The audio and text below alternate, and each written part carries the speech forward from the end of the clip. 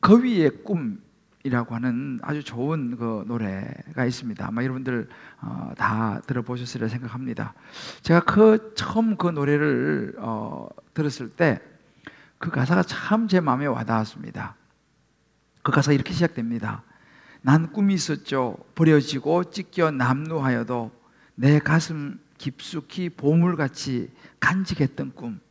혹 때론 누군가가 뜬모를 비웃음 내 등 뒤에 흘릴 때도 난 참아야 했죠. 참을 수 있었죠. 그날을 위해. 늘 걱정하듯 말하죠. 헛된 꿈은 독이라고. 세상은 끝이 정해진 책처럼 이미 돌이킬 수 없는 현실이라고.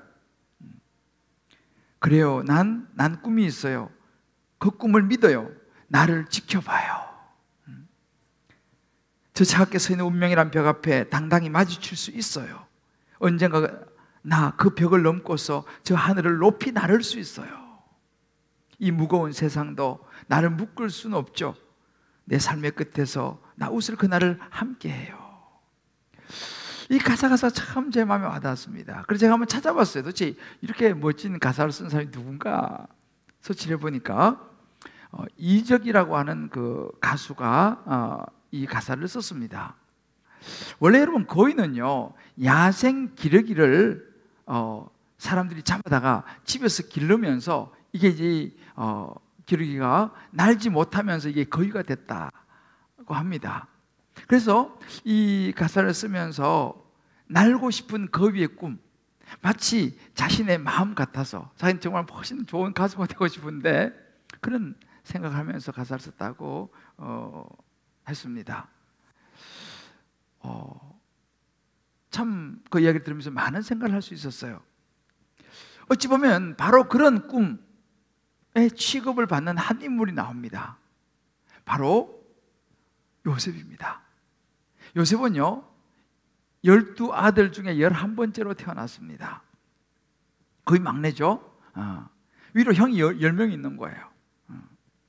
그러니 여러분 옛날에 왜 아들이 많은 집안에서 한 10번째, 11번째 되면 별로 존재감이 없지 않습니까? 이 야곱이가 결혼해서 레아, 라헬 그리고 두 여종까지 해서 부인을 4명 두고 거기서 아들 12, 딸 디나 해서 13명을 낳았죠. 그 중에 11번째입니다. 근데 이렇게 11번째인 요셉이 아버지의 사랑을 되게 많이 받았어요. 어떻게 이렇게 사랑을 많이 받았나 보니까 이 요셉은 야곱이가 너무너무 사랑했던 부인이 있었죠. 누군가요? 예, 그렇죠. 라헬이었습니다. 야곱은 라헬을 너무 사랑해서 14년을 무보수로 일할 정도로 너무너무 사랑했던 여인이 라헬인데 라헬은 아기를 못 낳았어요. 그러다가 정말 늦게 늦둥이를 낳았는데 그 늦둥이가 요셉이었습니다. 그러니 안 그래도 너무너무 사랑하는 아내인데 늦지막에 늦둥이를 낳았으니 또 이 야곱도 노년에 낳았으니 얼마나 이쁩니까? 특히 요셉이를 많이 사랑했습니다. 근데 이 라헬이 그 요셉의 동생 베냐민을 마지막 12번째 아들이죠. 낳다가 그만 난산이 돼서 세상을 떠나고 말았죠. 그래서 베들레헴에 묻어주면서 비석을 세우면서 눈물을 흘리던 장면 여러분 기억나시죠? 그러니 요셉을 향한 이 야곱의 사랑은 무척 컸습니다. 그 사랑 때문에 형제들 사이에 좀 어려움이 생깁니다. 그 부분을 우리가 좀 다음에 좀 다루기로 하고요. 오늘은 그 요셉이 꾼 꿈 이야기에 좀 포커스를 맞춰서 여러분들과 말씀을 나누려고 합니다. 아마 여러분들도 살아오면서 이제 어릴 때부터 그런 꾸었던 꿈이 있으실 것입니다. 또 살다 보면 때로는 마음 아프지만 꿈을 접어야 될 때도 있었을지도 모르겠습니다. 아니면 여전히 꿈을 향하여 꿈을 꾸면서 달려가고 있는 분도 우리 젊은이들도 그렇고 우리가 있겠죠. 그래서 오늘 이 시간 성령께서 우리가 다 상황이 다르지만 우리 각자에게 요셉의 꿈 이야기를 통해 주시는 성령의 음성이 들려지게 되시기를 주님의 이름으로 축복합니다. 자, 요셉의 꿈을 꾸면서 이제 시작됩니다. 어제를 보면 요셉이 꿈을 꾸면서 사실은 형들이 그를 더 미워하게 되는 사건이 생깁니다. 심지어 아버지로부터 꾸중을 또 듣게 되는 부분도 나와요. 도대체 요셉이 무슨 꿈을 꿨길래 형들이 그렇게 싫어하고 미워했을까? 요셉은요, 두 번의 꿈을 꿉니다. 그 첫 번째 꿈은 뭐냐 하면 이 곡식이 다 자기 곡식단을 삥 둘러서서 절을 하는 거예요. 그 이야기를 듣고 형들은 너무 기분 나쁜 거예요. 아니, 자기들의 곡식단이 그 막내 동생 요셉의 곡식단을 보고 절을 한다? 완전히 열받는 이야기죠. 그래서 말합니다. 아니, 네가 지금 우리 왕이 된다는 거야? 네가 그러면 우리를 다스린단 말이냐? 더 막 화를 내고 너무 더 미워하게 됩니다. 근데 또 두 번째 또 꿈을 꾸는 거예요. 이번에는 보니까 해와 달과 11별이 내게 절하더이다 라고 또 꿈을 꾸게 됩니다. 그러니까 이 이야기를 듣고 형들은 말할 것도 없고 이제 아버지 야곱마저도 막 꾸짖습니다. 아니, 그러면 나와 내 어머니, 네가 도대체 꿈꾼 꿈이 뭐냐 이 말이에요. 그죠? 그래서 영어로 이렇게 나와요. What is this dream you had? 도대체 너 무슨 꿈을 꾼 거냐? 그러면 나하고 네 어머니하고 내 형들 전부 다 네 앞에서 참으로 땅에 엎드려서 너한테 절한다는 말이냐? 라고 막 뭐라 그럽니다. 쉽게 말해 이런 거죠. 야, 헛된 꿈은 독이야, 독. 그죠? 우리 거위의 꿈에서 나오는 가사처럼 버려지고 남루하게 되어버린 꿈, 비웃음의 꿈, 이게 요셉이 꾼 꿈이었습니다. 인정을 받지 못했어요. 근데요, 사실은요, 이 요셉이 이 꿈을 꾸게 된 것은 뭐 자기가 꾸고 싶은 꾼 게 아니에요. 하나님이 이 꿈을 꾸게 하셨어요. 아마 여러분들 중에서도 꿈을 잘 꾸시는 분들이 아마 있으실 거예요. 우리 권사님들 중에서도 꿈을 잘 꾸시는 분들이 있어요. 저는 사실 꿈을 잘 못 꿉니다. 머리가 그냥 벽에 딱 닿는 순간 그냥 잠들 뻔해서 잘 꿈을 못 꾸는데, 뭐 가끔 물론 한 번씩 꾸긴 하지만 또 뭐 금방 잊어버리죠. 여러분, 꿈도 여러 가지 종류가 있어요. 꿈을 꾸는데 그 옆에 강아지가 한 마리 쓰였으면 그건 뭐예요? 그건 개꿈이죠. 꿈도 뭐 여러 예지몽이라 그러기도 하고 뭐 백일몽이라 그러기도 하고 여러 이제 꿈이 있는데, 이 꿈은요 심리학 쪽에서 많이 다룹니다. 그래서 심리학 쪽에서 이 꿈을 해석해요. 우리가 뭐 어떤 막 일에는 뭐 골똘히 몰두하고 있으면요, 그것이 꿈에서 어떤 모습으로 나타나는 이런 이제 꿈들을 꾸고, 심리학 쪽에서 이 꿈의 해석들을 많이 하기도 합니다. 근데 여러분 보세요. 이런 어떤 그 꿈들은요 금방 잊어버려요. 그런데 하나님께서 꾸게 하신 꿈은 시간이 지나도 잘 잊혀지지 않습니다. 아마 여러분들도 그런 꿈을 꾸신 분들이 있으실 거예요. 저도 지금 이제 쭉 살아오면서 몇 번의 꿈은요 잊어버려지지 않는 꿈이 있어요. 대체로 그런 꿈들은 영적인 꿈입니다. 잊어버리지 않아요. 근데 진짜 세월이 이렇게 쭉 흐르보면 그 꿈이 그대로 이루어져 가는 것을 경험하게 됩니다. 그러니까 요셉의 꿈은요 어떤 뭐 개꿈이라든지 뭐 어떤 심적으로 꾼 그런 꿈이 아니었습니다. 하나님이 주신 꿈이었어요. 그래서 이 요셉이 꾼 꿈을 갖다가 약자들은 한 쌍의 꿈이다 이렇게 해석을 합니다. 왜냐하면 이 꿈은 두 개지만 한 쌍이라는 거예요. 하나는 땅을 무대로, 곡식단, 땅을 무대로 한 거고, 하나는 하늘을 무대로, 하늘, 별, 달, 그죠? 하늘을 무대로 했지만 이 꿈은 동일하게 하나다라는 거예요. 그게 뭐냐면 요셉의 인생을 미리 보여주시는 하나님께서 보여주신 꿈이다 라고 해석을 합니다. 이 해석이 저는 굉장히 일리가 있다고 생각해요. 왜냐하면 우리가 성경에 보게 되면요, 실제로 하나님은 이제 이스라엘 백성들에게 하나님의 말씀을 주시고 계시하실 때는 여러 방법이 있지만 그 중에서 대표적으로 꿈을 많이 사용하셨어요. 우리가 지금 쭉 보고 있는 이 창세기 보면 아브라함을 하나님께서 부르시고 자손에 대한 축복과 약속을 주실 때도요, 창세기 15장 보면 꿈을 통해서 아브라함에게 말씀하십니다. 그리고 우리가 지금 보고 있는 야곱 있지 않습니까? 야곱이 형 에서를 피해서 이제 외삼촌 집으로 도망갈 때 광야에서 돌베개를 베고 잠을 자지 않습니까?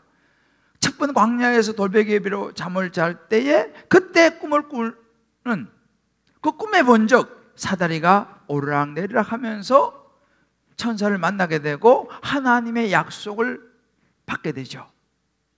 야곱이가 외삼촌 집에 가서도 마찬가지입니다. 거기 살다가 이제 하나님께서 다시 또 그를 불러서 떠나라고 말씀하셨어요. 그리고 떠났을 때 누가 따라옵니까? 에서가 따라오죠. 열흘 길을 추격해 와가지고 그 앞에다 장막을 쳤을 때 그날 밤에 하나님께서 에서에게 나타나셔서 말합니다. 라반이죠. 외삼촌 라반에게 나타나셔서 말씀하십니다. 너 이러니 저러니 야곱에게 아무 말도 하지 마라 라고 경고하시죠. 꿈이었습니다. 이렇게 하나님은요, 여러 상황 속에서 계속 꿈을 말씀하세요. 예수님이 이 땅에 태어날 때 마찬가지입니다. 예수님께서 이 땅에 태어나실 때 마리아의 아들로 태어나죠. 마리아의 남편이 누굽니까? 요셉입니다. 요셉은 자기가 부인하고 아직까지 약혼하고 동침도 하지 않았는데 부인이 아기를 가진 것을 알게 되죠. 그때 마태복음 1장 20절에 하나님의 사자가 나타나서 말합니다. 그것도 꿈에 이야기합니다. 요셉아, 네 아내 마리아 데려오기를 두려워하지 마라. 그 잉태된 것은 성령으로 말미암은 것이다 라고 꿈에 말씀하십니다. 그리고 사실 예수님이 태어난 이유도 마찬가지예요. 당시에 헤롯 왕이 죽이려고 합니다. 그때 다시 꿈에 하나님의 사자가 요셉에게 현몽합니다. 빨리 너 헤롯이 지금 아기를 죽이려고 하니 빨리 일어나가지고 아기하고 아내 데리고 애굽으로 피신해라 라고 알려주죠. 또 애굽에서 머무는 동안 또 하나님의 사자가 또 꿈에 나타나서 말씀하십니다. 이제 헤롯이 죽었으니까 이제 괜찮다, 고향으로 돌아가라. 이렇게 하나님은요, 꿈을 통해서 우리에게 굉장히 많이 말씀하고 계십니다. 자, 그렇다면 이제 요셉이 꾼 이 꿈을 통해서 하나님께서 오늘날 저와 여러분에게 말씀하시기를 원하신 것이 무엇이겠습니까? 지금 우리가 이 코로나 시대를 우리가 지금 살고 있지 않습니까? 벌써 12월 달입니다. 얼마나 다들 수고 많으세요. 자, 그러면 이 코로나 시대에 이제 한 해를 보내는 12월 달, 또 새해를 맞이해야 되는 그 문턱에 서 있는 이 시점에서 또 어떤 지난주에 우리 자녀들이 수능을 받지 않습니까?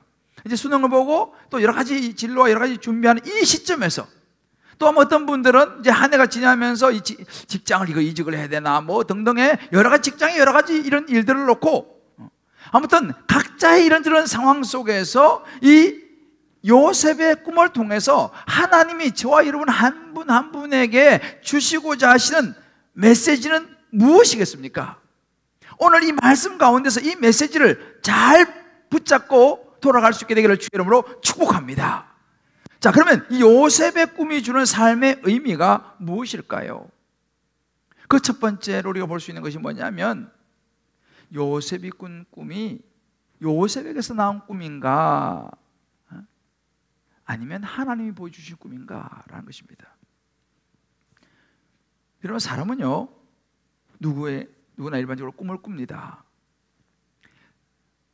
저희 아들이 지금 이제 군대 가 있는데 아주 어릴 때 하루는 그러더라고요. 아빠, 자기는 이제 꿈이 생겼다는 거예요. 뭐냐? 영동일고 매점 아저씨 되는 게 제 꿈이래요. 그래서 왜 그러냐? 그때 이제 여기 교회 왔다 갔다 하니까 매점 아저씨는 뭐 과자 마음대로 먹을 수 있잖아요. 그리고 좀 있다 또 밖에 때 자기 뭐예요? 맥도날드 사장 되는 게 꿈이래요. 맥도날드 먹고 싶다. 아이들은 이렇게 꿈이 왔다 갔다 하지 않습니까? 우리가 보통 이렇게 어릴 때 가난해서 고생을 많이 한 사람들은요, 부자가 되는 꿈을 꿉니다. 나는 부자가 되고 싶어. 모든 사람들마다 물론 나름대로 성공하고 출세하는 그래서 정말 난 이렇게 하겠다라고 다짐도 하고 그런 이제 꿈을 꾸죠. 각자가 꾸는 꿈과 희망입니다. 뭐 어떤 자녀들은 나는 커서 의사가 되고 싶다. 어떤 뭐 변호사가 되고 싶다. 나는 음악가가 되고 싶다. 뭐 이런 등등의 그런 꿈을 꿉니다. 근데 가만히 보면요, 그런 꿈들의 중심에는 보면 뭔가 좀 자기의 이름을 내고 싶은 뭐 그런 이제 마음들이 들어 있는 것을 보게 돼요. 뭐 좀 이제 잘하면 이제 뭐 좋은 대학을 가고 싶다. 뭐 좋은 회사를 가고 싶다. 뭐 그래서 결혼만 잘하면 우리는 난 정말 행복할 거야라고 하는 그런 꿈들을 꾸죠. 그래서 정말 그 꿈을 향해 달립니다. 때로는 나는 이 분야에서 최고의 실력자가 될 거야. 그래서 나는 멋진 집도 멋진 차도 또 사회적으로 높은 지위도 앉고 또 예쁜 여자 혹은 멋진 남자 만나서 나는 멋지게 살 거야. 이런 이제 꿈들을 꿉니다. 근데 보세요. 이런 꿈들의 특징은 뭐냐면요, 자기 중심입니다. 그 핵심에 소위 말하면 성공하고 싶다는 거죠. 멋지게 폼나게 살고 싶다는 꿈입니다. 나쁜 것이 아닙니다. 그래서 때문에 열심히 공부도 하고 그 꿈을 이루기 위해서 막 달려가지 않습니까? 그 자체가 나쁜 건 아니죠. 근데 여러분, 우리가 한 가지 알아야 될 것이 있습니다. 그렇게 나에게서 나온 이 꿈은요, 그것을 만약에 내가 못 이루면 실망하고 낙심하고 피곤합니다. 나는 그 꿈을 이루지 못해서 너무나 힘들어합니다. 반대로 그 꿈을 이룬 사람들이요, 자, 이루었어요. 그런데 이루었으면 얼마나 좋습니까? 그죠? 그런데 의외로 그 꿈을 이룬 사람들을 또 보니까 그 다음에 찾아오는 것이 생각 밖에 허무가 많더라는 거예요. 그런 이야기를 합니다. 정상에 서는 것은 너무 기쁘죠. 희열입니다. 그런데 정상에 막상 서보니까 얼마 동안이지 그 시간이 지나고 나니까 그 다음부터는 너무 힘들더라는 거예요. 수없이 치고 올려오려고 하는 사람들이 많이 있고 이제 내려갈 길만 남은 거예요. 어떻게 합니까? 또 도전을 합니다. 도전이 끝이 없다는 거예요. 그러니까 큰 산을 올랐습니다.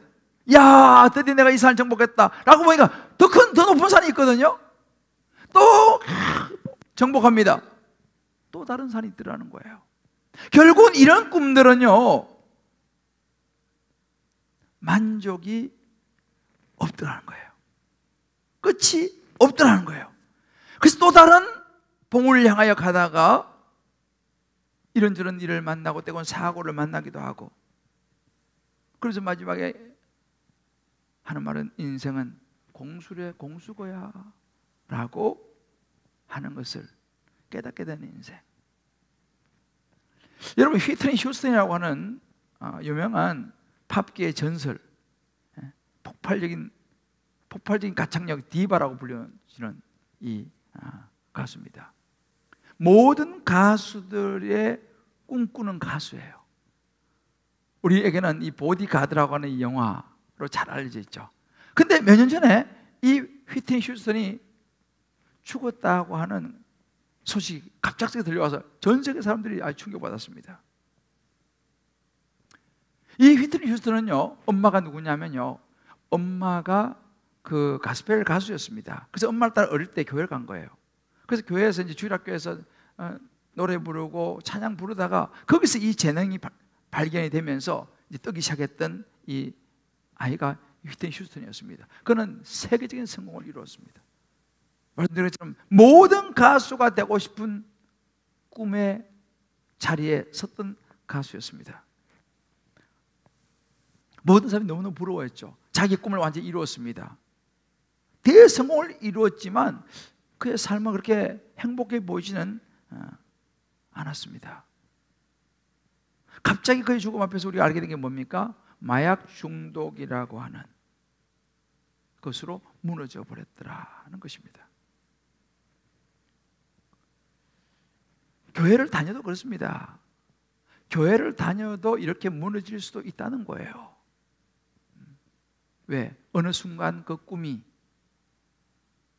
자기에게서 집중되어졌을 때 이런 현상이 나타날 수 있다는 사실입니다. 꿈이 나쁜 것은 아닙니다. 우리 자신에게 나오는 꿈이 나쁜 건 아니지만, 여러분, 자신이 꿈의 중심이 되면요, 세계적인 어떤 자리, 어떤 정상에 섰을 때에 무너지는 것을 우리는 종종 경험하게 됩니다. 왜요? 채워지지 않은 갈증, 또 다른 만족. 그래서 유명한 정상에 섰던 사람들이 가끔씩 우리 매스컴에 나오는 거 보면 성스캔들, 동성애, 마약 사건, 어찌 보면 이것이 인간의 꿈의 한계라고 말할 수 있습니다. 그런데 여러분, 하나님이 주시는 꿈은 그렇지 않습니다. 하나님이 주시는 꿈은요, 그 중심에 누가 있냐? 하나님이 계십니다. 자신의 어떤 성공, 자신이 원하는 삶이 아니라 하나님 보시기에 좋은 삶, 하나님의 구원의 역사를 이루는 삶, 이게 바로 요셉이 꾼 꿈이에요. 여러분, 세계적인 건축 설계 회사, 이 주차 쪽인데 팀 하스라고 하는 유명한 회사가 있습니다. 이 회사를 이끄는 회장이 하형록이라고 하는 회장입니다. 유명한 분입니다. 미국에서. 우리 한국 분인데, 이분이 33살에 한참 건축가로 성공 가도를 달리고 있을 때 33살에 심실빈맥증이라고 하는 이 심장병의 일종입니다. 호흡이 막 빨라지다가 갑자기 멈추는 이런 병을 앓게 되면서 고속도로 가다가 정신을 잃어버렸어요. 고속도로 운전을 가다가. 그래도 다행히 이 사람이 심장 이식 수술을 바로 받고 살았어요. 물론 이분도 교회 잘 다니는 분입니다. 근데 6년 후에 다시 이 문제가 생겼습니다. 그래서 다시 이제 심장 이식 수술을 또다시 받아야 되는 상황이 됐어요. 그런데 마침 또 심장 이식 수술은 쉽지 않지 않습니까? 기다려야 되고 또 나타나야 이식받을 심장이 나와야 되고, 근데 또 이식받을 심장이 하나 나타났어요. 근데 이분이 자기도 지금 굉장히 위험한 그런 상황에 있지만 자기 옆방에 있는 자기보다 더 급한 사람에게 양보를 합니다. 병원이 바닥 뒤집어졌죠. 왜냐하면 자기도 지금 죽을 판인데 그걸 양보를 했으니 말이에요. 그래서 양보하고 이 사람은 거의 뭐 혼수 상태에 들어가게 됩니다. 그러다가 한 달 후에 극적으로, 정말 기적적으로 심장 이식 수술을 또 받게 돼요. 그래서 이 사람이 살았어요. 그러면서 그 심장 수술을 그렇게 받으면서 이분이 이제 당신 이렇게 얘기합니다. 그때 의사는 이렇게 얘기해요. 당신 심장 이식 받아도 살 가능성이 25%밖에 없어 라고 말합니다. 그때를 돌아보면서 이분이 이런 간증을 합니다. 내 심장을 낫게 해달라고 열심히 기도했다. 심장을 새롭게 해달라고. 그러는 어느 날 문제는 심장이 아니라는 것을 알게 됐다. 심장이 아니라 나의 영혼이 새로워져야 한다는 것을 내가 알았다 라고 말합니다. 이게 무슨 말이냐면요, 자기는 심장만 빨리 나으면 좋겠다, 좋은 심장이 나타나서 빨리 이식 수술 받으면 좋겠다고 열심히 기도했는데, 그러던 어느 날 깨달은 게 뭐냐면, 내가 심장 이식 수술을 받고 내가 심장이 나으면 아마 많은 사람들에게 내 기도했더니만 하나님 심장이 나타나서 이식 수술을 받고 내가 이렇게 나았습니다 라고 막 간증할 거라는 거예요. 그렇게 간증을 하지만 사실 하나님의 이름을 간증하지만 자기를 드러날 것 같더라는 거예요. 그리고 좀 이제 몸이 괜찮아지면 자기는 또 역시 하나님을 잊어버리고 또 자기는 지금 막 성공한 그런 사업가로서 그렇게 살아갈 거라고 하는 것을 스스로 생각이 됐다는 거예요. 그래서 그러고 보니까 내가 지금 심장 당장 낫는 것이 문제가 아니고, 심장이 났으면 또 그렇게 살아갈 거니까 내 영혼이 변화를 받는 것이 중요하다. 그래서 내가 이 영혼이 변화를 받아서 내가 사람들이 볼 때에 정말 하나님 안에서 변화된 삶을 살게 되면 더 많은 사람이 나를 보면서 영향을 받지 않겠는가. 그렇게 볼 때 나는 심장보다도 내 영혼이 회복돼서 내가 삶이 변한 게 더 중요하다 라는 걸 깨달았다는 거예요. 그러면서 이분이요, 무슨 얘기 이렇게 합니다. 나의 꿈은 명사였다는 거예요. 명사. 뭐 유명한 건축가, 뭐 의사, 뭐 변호사 이런 거예요. 명사. 그건 뭐예요? 내게서 나온 꿈이더라는 거예요. 근데 제가 이걸 깨닫고 보니까 진짜 꿈은요, 하나님이 주시는 동사들라는 거예요. 동사. 동사의 꿈 뭐예요? 이것은 자기한테 나온 게 아니고 하나님을 기쁘시게 하고 하나님 보시기에 좋은 삶을 살아가는 이 꿈이, 이 동사의 꿈이 진짜더라. 그 간증을 이분이 하는 걸 봤어요. 그럼 이런 예를 듭니다. 나는 의사가 될래요 하는 아이와 나는 사람을 고치는 일을 하고 싶어요 라고 말하는 아이 중에 누가 더 잘 되겠는가? 의사가 안 되더라도 다른 길을 통해서 사람을 고치는 일을 할 수 있지 않는가? 이것이 바로 나에게서 나오는 명사의 꿈과 하나님 보시기에 좋은 삶을 살아가는 동사의 꿈이 차이다, 이렇게 얘기합니다. 제가 이 간증을 들으면서 우리 교회 한 집사님 생각이 났어요. 이 집사님이 전에 우리가 이제 한번 간증을 했는데, 이 집사님은 대학 교수가 되는 게 꿈이었어요. 공부도 잘했어요. 그래서 좋은 학교에서 이제 박사학위도 받고 많이 준비를 해서 교수가 될 듯 하면서 안 되는 거예요. 결국 좌절을 했어요. 그리고 결국 교수는 못 되고 금융계에서 지금 이제 일하고 있습니다. 그러면서 그런 고백을 해요. 목사님, 저는 세상에서 교수는 못 됐지만 지금은 주님 기쁨의 교회에서 순장이 돼가지고 다락방 수능들을 돌보고 또 양육자가 돼가지고 이 사람들을 데리고 하나님의 말씀을 가르치는, 영혼을 살리는 목자가 되었습니다. 너무너무 감사합니다. 내가 만약 교수가 됐으면 아마도 내가 교만해가지고 하나님 멀어졌을지도 몰라요. 제 잘난 맛에 막 내가 교수했다 막 이랬을지도 모르는데 생각해보면 얼마나 감사한지 모르겠습니다. 여러분, 하영록 회장이 이야기하는 그 꿈이 바로 이겁니다. 심장보다 중요한 것은 뭐냐? 내가 더 오래 살고 보다 중요한 게 뭐냐? 내 변화된 모습. 다시 말해, 나의 꿈이 아니라 하나님의 꿈이라는 거예요. 그런 관점 보면 교수가 되는 건 나의 꿈이고, 정말 영혼을 살리는 하나님을 향하여 말씀을 가르쳐 예수 믿게 만들고 양육하는 이것은 이게 하나님의 꿈이라는 거예요. 할렐루야. 이 하영록 회장은 지금도요 사업 잘하면서 정말 열심히 하나님을 위해서 살고 있습니다. 여러분, 지금 비록 우리가 코로나 시대지만요, 중요한 것은 뭐예요? 우리 중심이 너무너무 중요합니다. 각자 한번 이 말씀을 가지고 적용해 보세요. 말씀 못 들어가지고 아니면 집에 가서 혼자서 앉아서 한번 보십시다. 내 꿈은 궁극적으로 이 땅에서 잘 먹고 잘 살고 내 자녀 잘 되고 부귀영화 누리면서 인간적인 성공을 이루는 것인가? 아니면 정말 하나님의 손과 발이 되어서 하나님의 뜻을 이루어드리는 사명의 삶인가? 그 주님 앞에 서는 날, 주님을 위해서 내가 포기하고 희생한 거, 주님 앞에 내가 말씀드릴 것이 있는 그런 삶을 내가 지금 살아가고 있는가? 두 번째, 요셉의 꿈은 꿈을 간직하고 말하면서 살아가는 모습을 보여주고 있습니다. 말씀드린 요셉은 형들과의 관계가 좋지 않았습니다. 뭐 여러 가지 이유가 있지만 그 중에 하나는요, 이 꿈 이야기 때문에 그래요. 형들도 그렇고 부모님도 그런 꿈 이야기를 하니 기분 좋을 사람이 누가 있습니까? 아니, 우리가 너한테 절한단 말이야? 그런 분위기죠. 그때 요셉의 나이가 17살이었습니다. 아마도 17살 아직 어리니까 그 꿈의 의미를 다 해석하지 못했을 수도 있어요.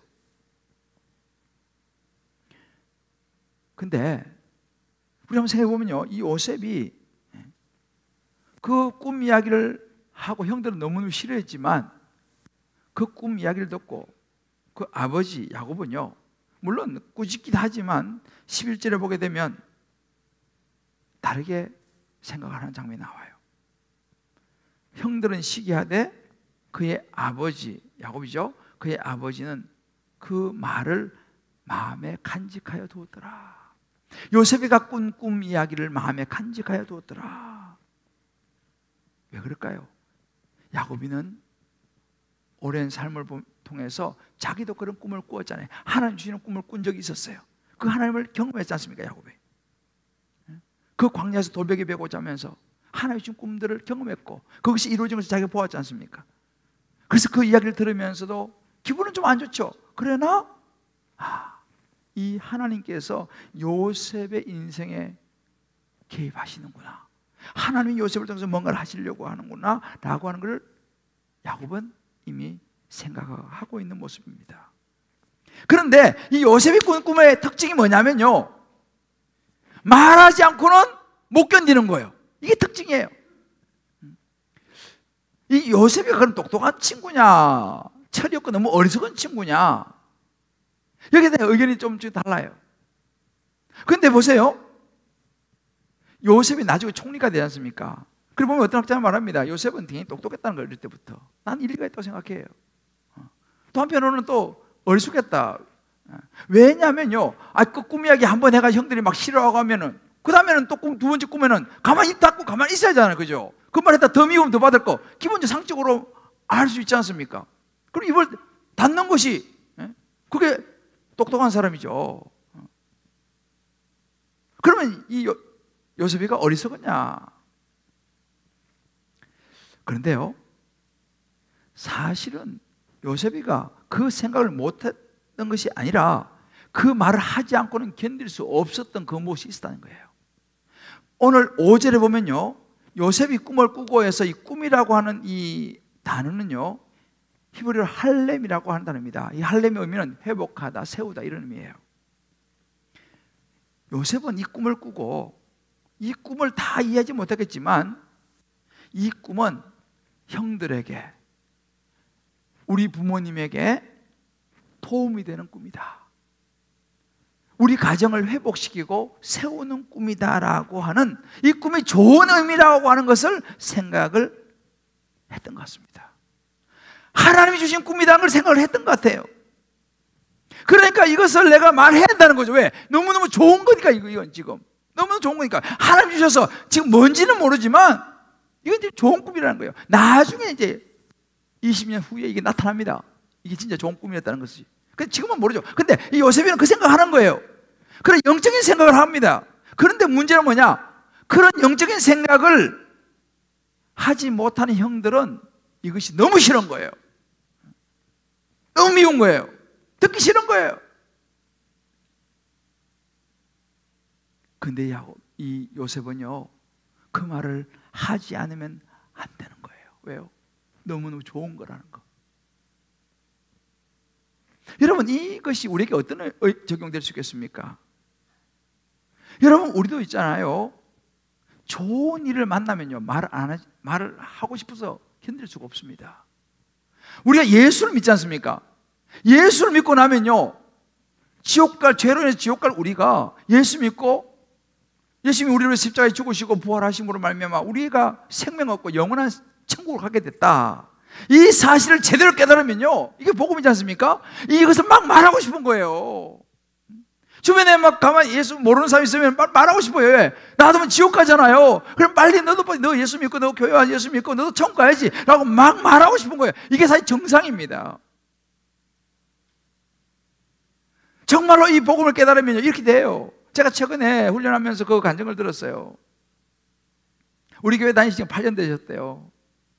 그런데 지금까지 한 번도 낯선 동행에서 누구 주변 사람들한테 오이코스한테 교회 가보자 말을 한 번도 해본 적이 없대요. 그럴 수 있어요. 그런데 이번에 이제 훈련 받으면서 예수님의 복음이 깨달으시니까 있잖아요, 자기도 모르게 친구한테 야, 우리 교회 한번 가보자, 너도 예수 믿으면 좋겠다 라고 하는 말이 나오더라는 거예요. 왜요? 이것이 너무 좋은 것을 자기가 아니까 막 말하고 싶어지는 거예요. 할렐루야.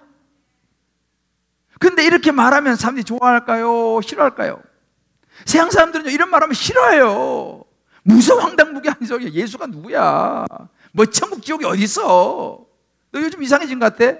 그 꿈은 독이야, 독 이라고 세상 사람들은 반응합니다. 요셉이 그랬어요. 이거 말하면 형들이 싫어할 건데 그렇지 말하지 않고는 견딜 수 없는, 이것이 요셉의 꿈이었어요. 여러분, 예수님도요, 세상에서요 엄청 미움받았어요.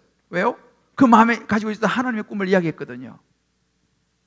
요한복음 15장 19절에 이런 구절이 있습니다. 너희가 세상에 속하였으면 세상에 자기 것을 사랑할 것이나 너희는 세상에 속한 자가 아니요, 우리가요 세상에 속한 자가 아니기 때문에 세상이 너희를 미워하느니라 그랬어요.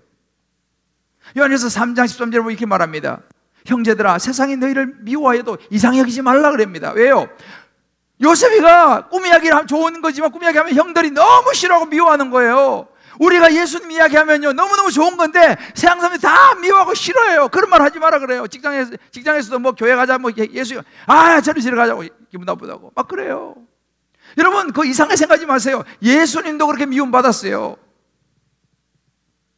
그러나 이게 사실이거든요. 우리가 이 코로나 시대에 따뜻한 동행을 왜 합니까? 우리는 이 사실을 알잖아요. 코로나 상황이라고 해서 뭐 저절로 예수 믿어지는 게 아니잖아요. 저절로 천국 가는 게 아니지 않습니까? 한 영혼이라도 더 인도해서 예수님 믿고 영원한 생명 천국 가게 하려고 우리가 이런 코로나 상황 속에서 따뜻한 동행 한 거 아니겠습니까? 여러분들이요, 세상에서요, 혹은 직장에서 사람들 사이에서요, 뭐 교회에 가자, 뭐 예수 이런 이야기해서 여러분들이 막 미움을 당하고 이렇게 하면요, 그게 정상이라는 사실을 아셔야 됩니다. 하나님의 꿈을 가진 사람은요, 이렇게 미움 당하고 거절당하고. 그렇지만 중요한 것은 그것을 말하는 거예요. 너무 중요하고 진리이기 때문에. 그리고 그것을 마음에 간직합니다. 여러분, 노아를 아시죠? 노아가 산 꼭대기에다가 배를 만듭니다. 하나님께서 노아에게 말씀하셨어요. 노아는 어떤 꿈이 있어요? 하나님께서 말씀하셨어요. 배를 산 꼭대기에 지어라. 세상 사람들이 볼 때는 웃긴 이야기죠. 산 꼭대기에다 무슨 배를 져요? 바닷가에 짓는 것도 몰라도. 그러나 노아는요, 그 꿈이 있었어요. 그 꿈을 간직했어요. 그리고 배를 짓는 거예요. 그 하루 이틀 다니고 120년 동안. 사람들이 저 얼마나 많이 비웃었겠습니까? 저 이상한 사람. 뭐 하나님 무슨 꿈? 그건 독이야, 독. 얼마나 많이 비웃었겠습니까? 그래도 노아는요, 그 꿈을 가슴에 간직하고요, 120년 동안 방주를 지었어요.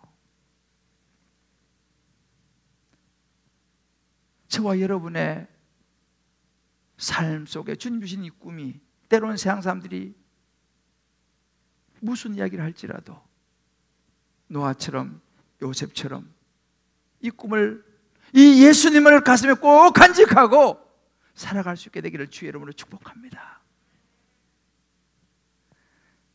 제가 대학원을 다닐 때 어느 날 기도하면서 하나님께서 제게 어떤 꿈을 주셨어요. 이제 서울신학대학원 보면 그 큰 이 채플 큰 강당에서 늘 신학생들이니까 다 예배 드리고 이렇게 하죠. 어느 날 또 예배 드리는데 제 마음속에 이런 생각이 드는 거예요. 그 앞에 이제 그 강단에 서가지고 이제 설교하시는 분들, 저는 이제 교수님들, 또 특별히 외부에서 좀 아주 유명한 목사님들이 이렇게 초청돼서 이제 와갖고 설교하잖아요, 신학생들. 그래서 나도 하나님 언젠가 저 자리에 서서 한번 말씀을 전해보면 좋겠다. 좀 예수님 이야기를 한번 했으면 좋겠다. 그런 마음의 소원이 이제 이렇게 저도 생겼습니다. 근데 사실 제가 웃었어요. 왜냐하면은 거기는 아무나 올라가는 데가 아니에요. 거기 교수님들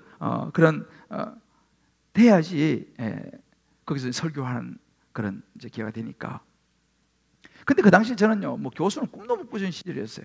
시골에서 올라와가지고 남들은 다 전도사 될 때 전 전도사도 못 됐어요. 왜냐하면 뭐 누구 아는 사람이 있어야지. 그런 시절에 그런 꿈을 꿨으니 저희가 생각해도 우스운 이야기예요. 그렇지만 한 번씩 기도했어요. 그리고 제가 지난번에 얘기했죠. 제가 성지순례 갔을 때 시내산에 1시간 먼저 올라가서 두 손 들고 기도했어요. 하나님, 나도 하나님 앞에 정말 복음을 전하며 쓰임받을 수 있는 그런 목사 되게 해달라고. 근데 전도사 시절이었지만, 신학생 시절이었지만 간절히 기도했어요. 그리고 제가 졸업을 할 때 있잖아요. 졸업식을 하고 마지막 그 교정을 나오면서 제가 그 강당 가서 기도했어요. 하나님, 뭐 어쩌면 말도 안 되는 이야기지만 이 강단에 서서 내가 한번 말씀을 전할 수 있는 그런 날이 오게 해주십시오 하고 내가 졸업할 때 있잖아요, 기도하고 제가 그 학교를 나왔어요. 근데요,